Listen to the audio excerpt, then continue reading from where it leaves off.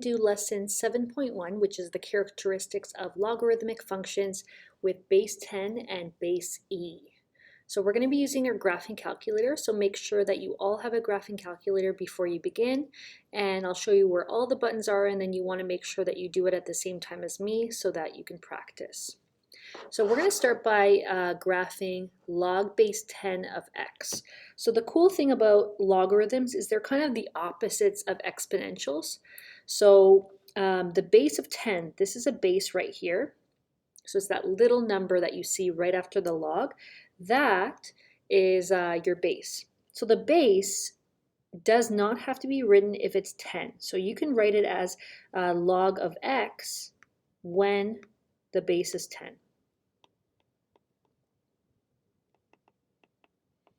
Okay, so whenever the base is 10, we don't need to actually write it. It's automatically assumed because that's the most basic logarithmic function that we actually have. So we're going to graph both of these functions. We're going to start by graphing the log of x, which is base 10, and then we're going to graph also 10 to the power of x so that we can relate and compare the two graphs. Okay, so in your calculators, you're going to make sure you turn it on, and you're going to press y equals. Okay, so press y equals in your calculator. Then you're going to scroll down, so you're going to look down, and right underneath the x squared button, you should see this log button right here. So there's log, L-O-G. So find log and press log, and in brackets, you want to press your x, which is your variable, right next to alpha. The green button, that's alpha. Press x and close your brackets. Okay, so this is how you graph logs with base of 10. Next, we're going to adjust the window. So we're going to make the window the standard window for now. So let's press window. And our standard window is where we put -10 for our minimums, +10 for our maximums, 1 for your scale, -10 for your minimum, and +10 for your maximum.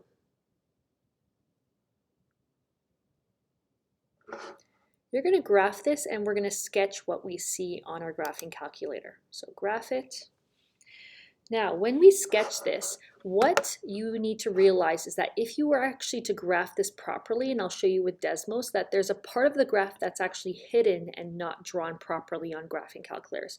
So what you need to do is this blue line actually needs to extend downwards because it does go on forever. So I'm going to show you with Desmos. You just need to watch carefully what it should look like. So if I put y equals log of x in my calculator, you'll see that this graph, this red piece, actually does extend forever and ever and ever. Okay, so it doesn't actually technically show that on our graphing calculators, but we need to extend the lines. So when we sketch it, this is what we want to do. So our sketch for y equals log base 10 of x, which is the same as saying log of x, will look like this. So we want to start by drawing the graph.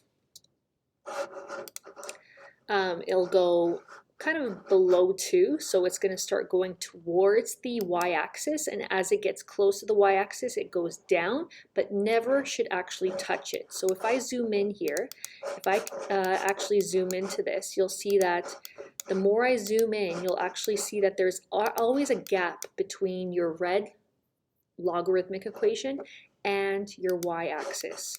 So just like an exponential didn't touch the x-axis, a logarithm does not touch the y-axis. So I could keep zooming in to just show you that it never actually does touch. It gets really, really close to it, but shouldn't touch it. So with my sketch, I'm going to draw something like this. You want to make sure you draw arrows on both sides of the logarithm. So when you're showing that it goes close to the y-axis but doesn't actually touch it. There's your y-axis, there's your x-axis. Next, we're going to graph our 10 to the power of x to compare them. So I'm going to graph y equals 10 to the power of x. So I'm actually going to do it on the same graph so that you guys can see the comparison. So I'm going to put under y2, I'm going to put 10 to the power of x. The window will remain the same. So 10 to the power of x, graph it, remain the same window. So if you guys look at them, they're actually supposed to be mirror images of each other. So if you were to actually look kind of diagonally at it, it's like a flip of the other one. So I'll show that with Desmos as well, because I find it does a better job of drawing these. So I'm going to write y equals 10 to the power of x, and there's my blue line. So if you guys actually orient your head a little bit differently, if you look kind of sideways or diagonally at it, it looks like it's a mirror image of itself. It's like a flip of the other one. So the red has flipped upwards to become the blue one. So that's what logarithm and exponents, how they relate. They're opposites of each other. Okay, so remember, exponentials, which is the blue one, don't touch the x-axis. And the logarithms, these ones right here, the red one, should not touch your y-axis. So they have a lot in common.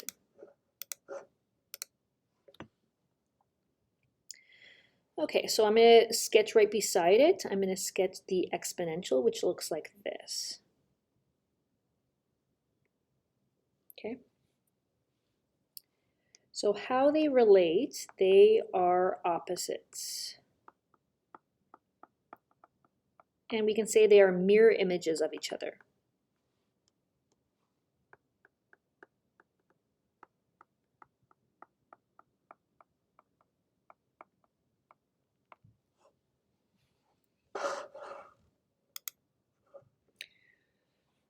Next, we're going to graph the other one. So in example number one, we're going to graph each one of them, and we're actually going to compare what we did for exponentials. We're going to write down what the x-intercepts are, what the y-intercept, the end behavior, domain, and range are for each of these logarithmic functions.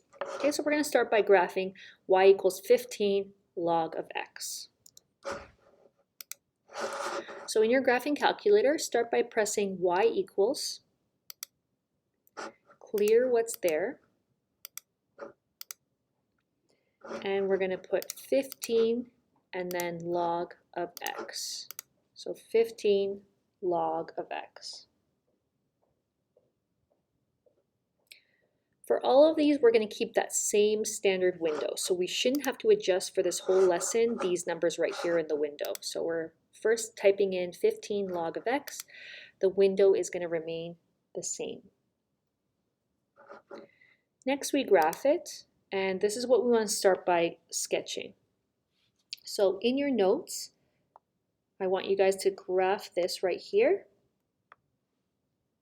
So remember, we're really close to the y-axis, and then it's going through the x-axis, and then it follows upwards. So we want to sketch this line going through our x-intercept, which is 1, and I'll show you how I got that value.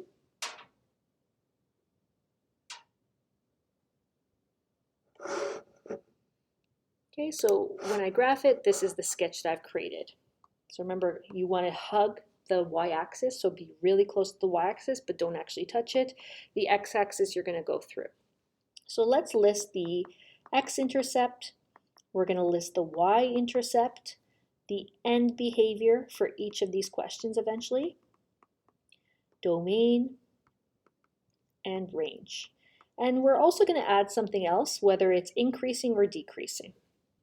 Okay, so let's start with the x-intercept. So one thing that will be cool about these is that they're always going to have an x-intercept right now of 1. But to find it, we can press second trace number 2. So second trace number 2 is what I pressed. And then I move my cursor. I have to find it first. So I'm going to go to the right until I find it. You get really close to that x-intercept, and then you want to go to the left of it, press enter, go to the right of that x-intercept, which is about here, press enter, and enter again. Okay, so you'll see that the x-intercept is 1, and you can kind of visually see that. So we're going to write 1 for the x-intercept. So I wrote x-intercept is 1, so this is the value that it touches along the x-axis. The y-intercept is pretty cool because there is no y-intercept. It should never ever touch the y-axis, which means that there is no value that it touches along the y-axis, so no y-intercept for each one of these if you're doing it properly.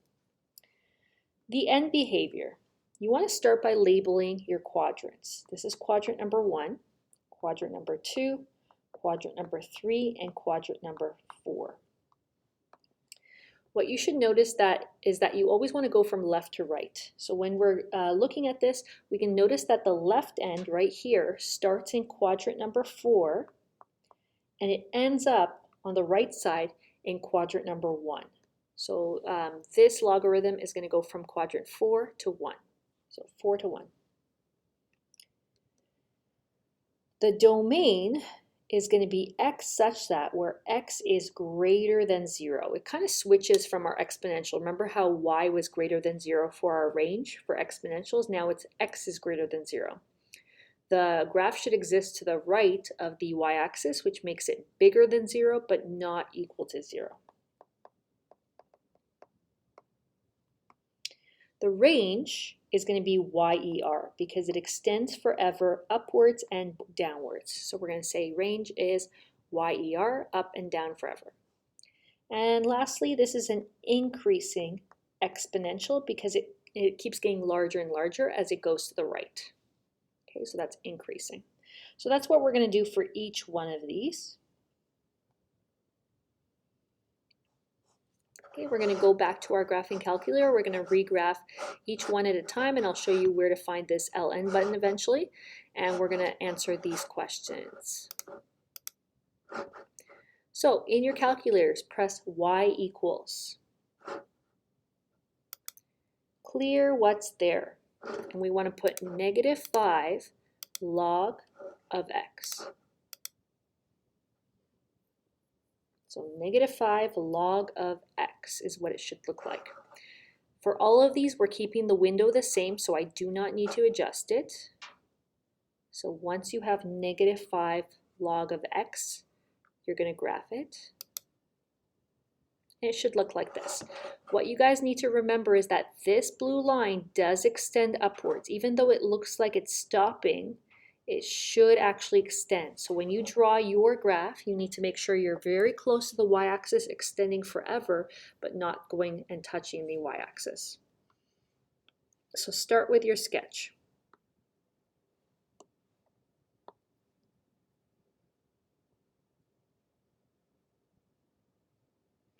You always want to make sure you have arrows on both sides of the equation. So this is what mine looks like. So all I did was on my graphing calculator, even though it looks like it stops there, I do want to continue on because I know that they're supposed to. Our graphing calculator just has some issues with this graph for some reason, so it doesn't want to do math, okay?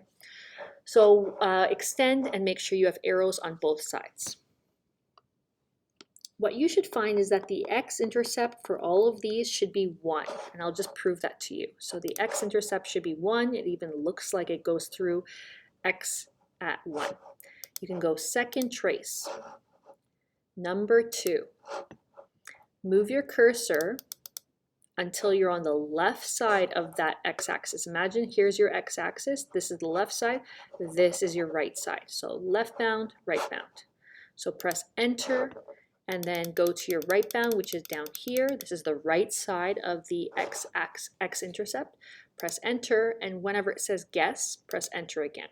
You should see that it's 1. So for all of these, the x-intercept will be 1. The y-intercept, you're going to say none. There is no y-intercept for logarithms, okay? Only in 30-1 do we look at y-intercepts because there's a movement that shifts it up or down or left or right. But for us, in this 30-2 level, we don't have any y-intercept values. The end behavior does change. So the end behavior, if you guys label your quadrants, quadrant number 1, quadrant 2, quadrant 3, and quadrant 4. On the left end, this is actually the left side of the graph. This is the right side of the graph, right? So the left end is actually starting in quadrant number 1 and it ends up in quadrant number 4. So it does a little switch there. So this graph is starting in 1 and ends up in quadrant 4. So that's the end behavior. It does change depending on how it's oriented. Domain and range are really easy because they actually stay the same in every question. So the domain is that x such that x is greater than 0, xer. So you need to remember that. And your range, yer. So it's identical to our previous question we just did. This graph is different, and the reason the end behavior is different is because this is a decreasing logarithm. So decreasing because it starts up and then it comes down and gets lower and lower and lower. So the value is decreasing as it goes to the right. So that's why the end behavior has changed versus our first question we just did for A.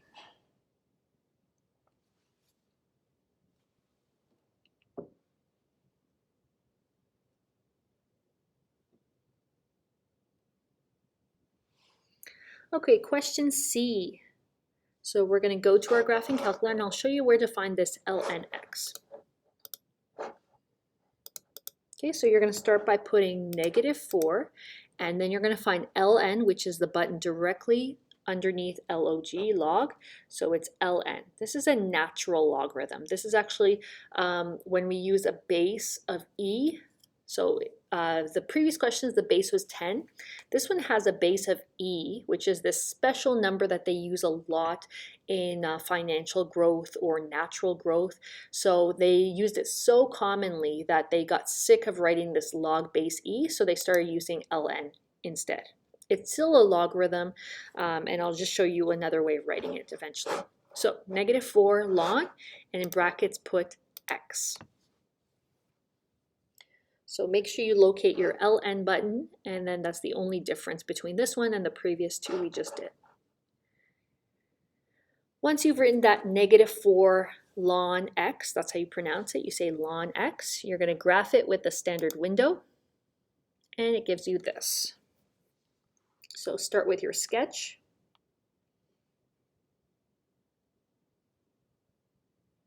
Make sure you include the arrows on both sides, and you do want to remember continue this blue line upwards because it does extend forever upwards and downwards because of the range. So this is my new graph, and the x-intercept, as I said, for all of them will be 1. The y-intercept, none. The end behavior, this will go from quadrant 1, that's where it starts, and you see the end is in quadrant number 4. So quadrant 1 to 4.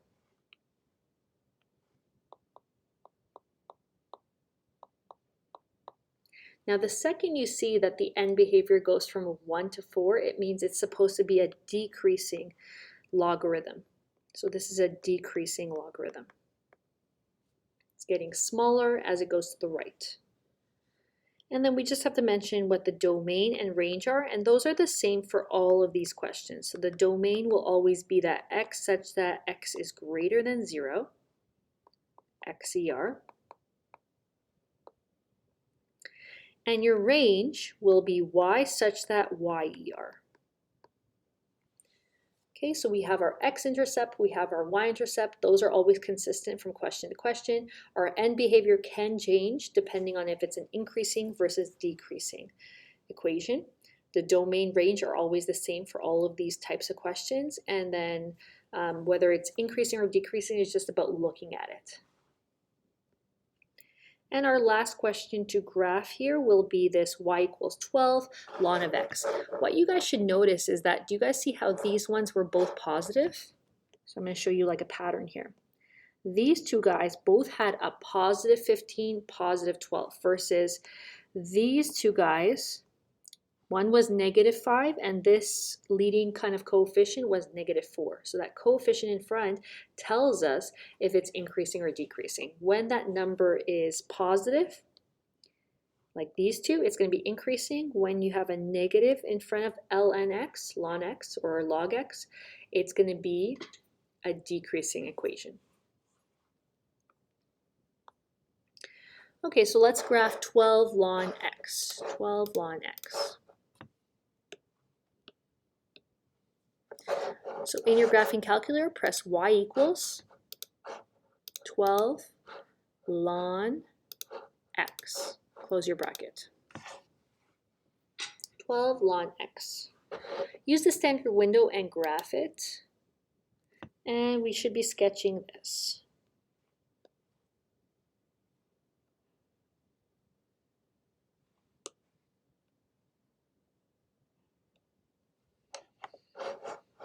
Okay, so that's my sketch right there. So that's from graphing it. And then remember, our x-intercept will always be 1 for all these logarithms that we've been focusing on. The y-intercept will have none or 0 y-intercepts. The end behavior will actually be the same as the first one because they're both increasing. So if they're increasing, you're actually going to go from quadrant 4 and end up in quadrant 1.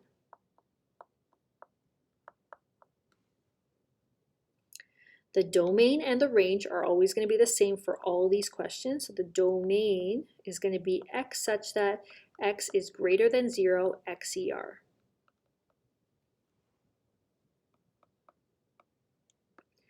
The range is also going to be the same as yer. So it always extends forever up and down. And finally, this is an increasing logarithmic function. So what I want to show you as well is that this is just the same thing as saying log base e of x. This e number is like 2.72. It's like pi, where we're so used to using 3.1. We don't want to use 3.14 because it's not exact, so we use pi instead, which has more decimal places. Same thing with this financial number, this kind of natural growth number of 2.72. It comes up so often in financial applications that they started replacing it with the letter e.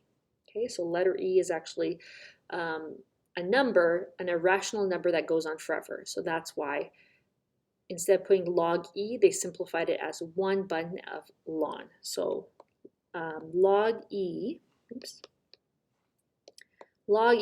equals ln. Those are actually equal to each other. Okay, just different ways of writing stuff. So that's kind of the main idea for this lesson is so far you have to be able to list all the characteristics based off of a logarithm. You need to be able to graph it and then write the characteristics. Okay, so that's example number 1. Example number 2 is just matching. Okay, so we have to look at these, and first you want to pick out which of these are exponential versus which ones are logarithmic. If you guys look at the shapes, we know that exponential functions should never touch the x-axis. So b is exponential and d is exponential because it gets really close to the x-axis but never actually touches it.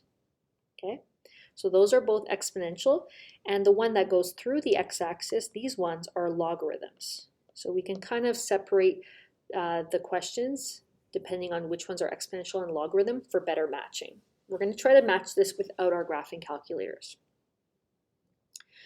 Now, for exponentials, the easiest way to compare them is to look at their y-intercept. For exponentials, the y-intercept is always that number that goes in front of your base. So the y-intercept of this one looks to be a 5. So it looks like the y-intercept for b is 5.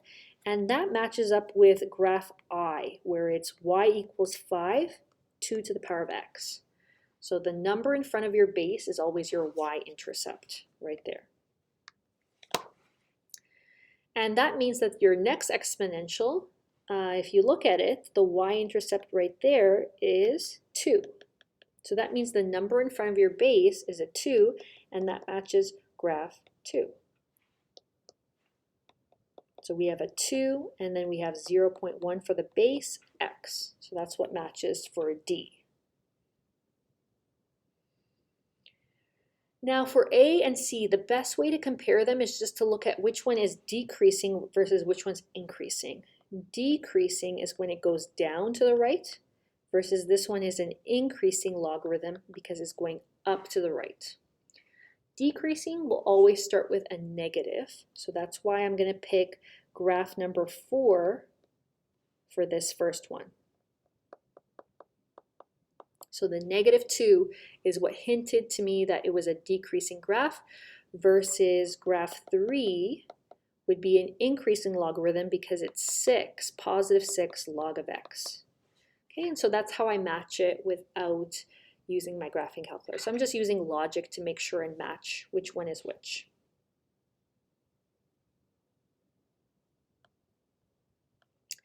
And the last thing is, this is kind of just a review of exponential features, versus this one is a review of log features. So if you guys remember, these are what exponentials look like right here. So we have increasing ones when they go up to the right, or decreasing ones when they go down to the right. There's never any x-intercepts. There's no x-intercepts when it comes to exponentials. And the constant, or the number in front of your base, is always your y-intercept, and it always extends from quadrant 2 to 1. The domain is always XCR. The range is always y is greater than 0. So you can use this as kind of like a study guide for looking at the features. So that's your study guide. And lastly, what we did today was we looked at logarithmic functions, where the base, if you don't see it, is actually going to be a 10. Okay, and then when you see a ln x, that actually means that the base is e. So it's like log base e. Remember that the x-intercept's always going to be 1. There are no y-intercepts when it comes to logarithms in this level. They can extend from either quadrant 4 to 1 or 1 to 4, depending on if they're increasing or decreasing. The domain is always going to be x is greater than 0, XCR, and the range is going to be YER, where it extends forever up and down. Okay, so those are features that are pretty consistent for all the logarithms that we're going to be focusing on. So you just need to be able to graph it and pretty much answer these questions that we did above: the x-intercept, y-intercept, and behavior, domain, range, and increasing versus decreasing. Okay, so that's your lesson 7.1. I hope you guys took good notes so that you can refer to them for your assignments later on. Okay, have a nice day, guys. I will talk to you soon.